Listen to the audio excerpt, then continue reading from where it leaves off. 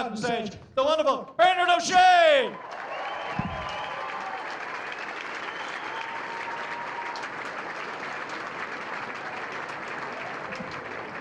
Hello. How are you keeping? My name is Bernard, and let's face it, not the most sexual name in the world. Bernard. How are you, Bernard? Bernard really is the name of the boy that gets left behind on a school tour. Where's Bernard? I'll tell you where Bernard is. Bernard's crying his heart out outside the Alamy Caves. That's where Bernard is.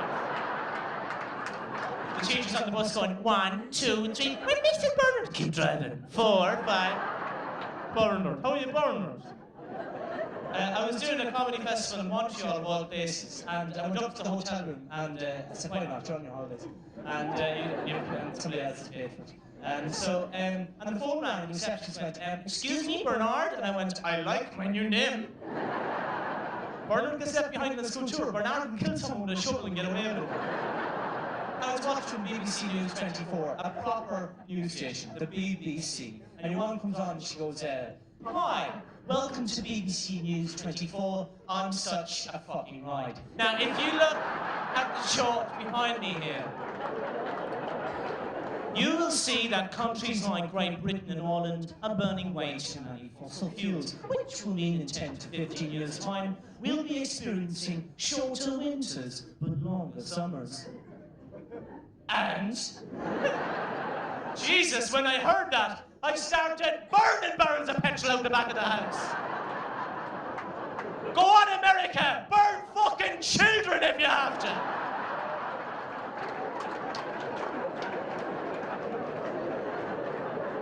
Can you imagine the benefits of global warming for this country? Can you imagine it? Picture it, folks. Picture it. Imagine being able to eat ice cream. In the outside. That's the shit I'm laying down tonight. And people are genuinely worried about, well, the polar bears. Fuck polar bears. Like, if a polar bear came within reach of you, he could take the face off you. And all these activists are going, and the penguin population is the penguins, they've made fucking villains.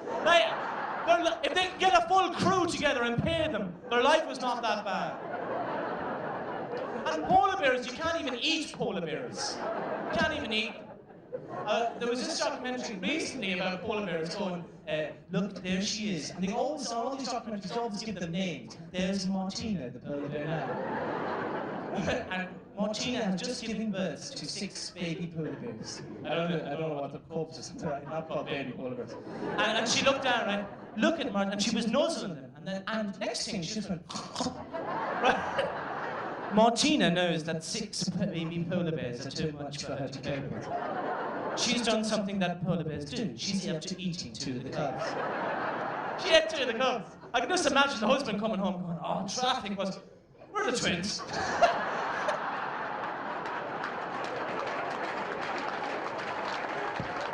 They've gone swimming.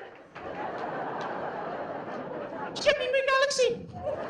I always wanted to be a singer-songwriter, but I could never quite get depressed enough. But I went and I bought myself a singer-songwriter kit. So it didn't come with much, actually, it only came with this. But they assured me in the shop that if you wear this, you will become a singer-songwriter. I had to get a guitar as well.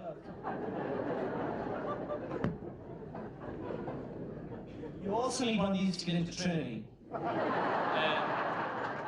Oh, fuck it, sure, it's only a micro.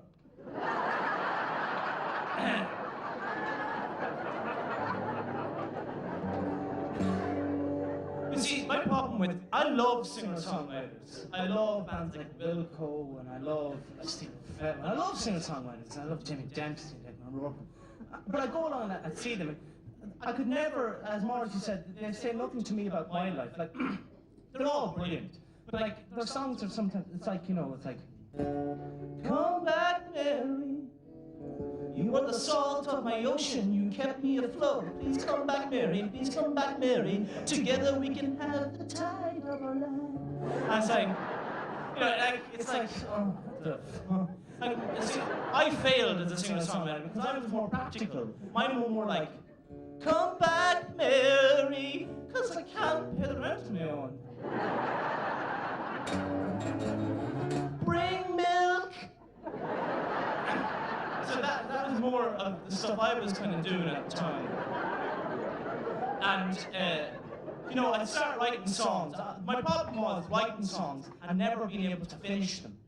Like, I wrote a song once called Camogie Girl. And I ran into fierce problems with it. Like, this was like, Camogie Girl, you're living in Camogie world.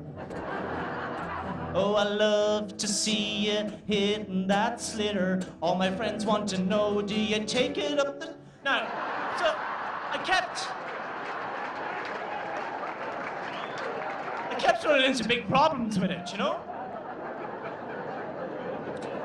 And then I fell in love with a girl that had really right-wing political views. Like, right-wing girl, you're living in your right-wing world.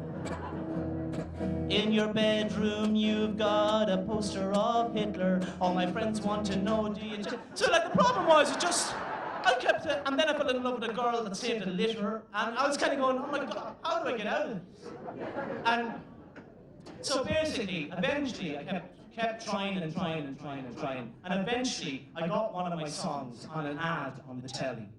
Seriously, I was so unbelievably excited. And they call you up and say, we're going to use your song, it's on this ad, and it's going to be on such a station. The station they told me it's going to be at 10:05 on a Wednesday night. I got my whole family around, everybody was there, we didn't have the station, we had to go to someone else's house. So looking forward to seeing it, genuinely so looking forward to seeing it. They give you a cent every time it's played, it's just remarkable, like, it's just brilliant, right? But the problem was, when we saw the ad, they ruined my song. They changed it around, and all they did was take the chorus. They took the chorus out, and they just put it in.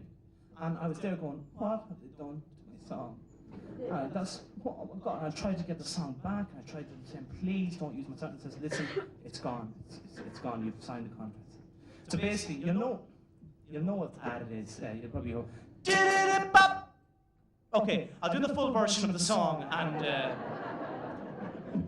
I used to live in an apartment with my best friend Carol, but we were always falling out on laundry days because he'd wash one pair of jeans in the washing machine, and that's really bad for the washing machine and the environment. But Carol got a job working in Rwanda on a UN Council scheme, and on their way back home in their white UN minibus, Carol got shot in the head. Well, I never forget the day Carol died. Me and his parents, we cried at his funeral side.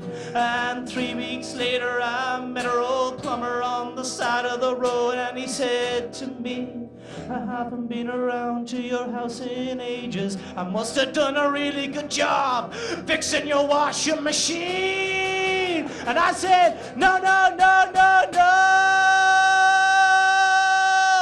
Because washing machines live longer with Carol gone. Washing machines live longer with Carol gone. If you're watching that ad, you have no fucking idea who Carol is. You've been lovely. I've seen this. Bye bye. Good luck. Thank you.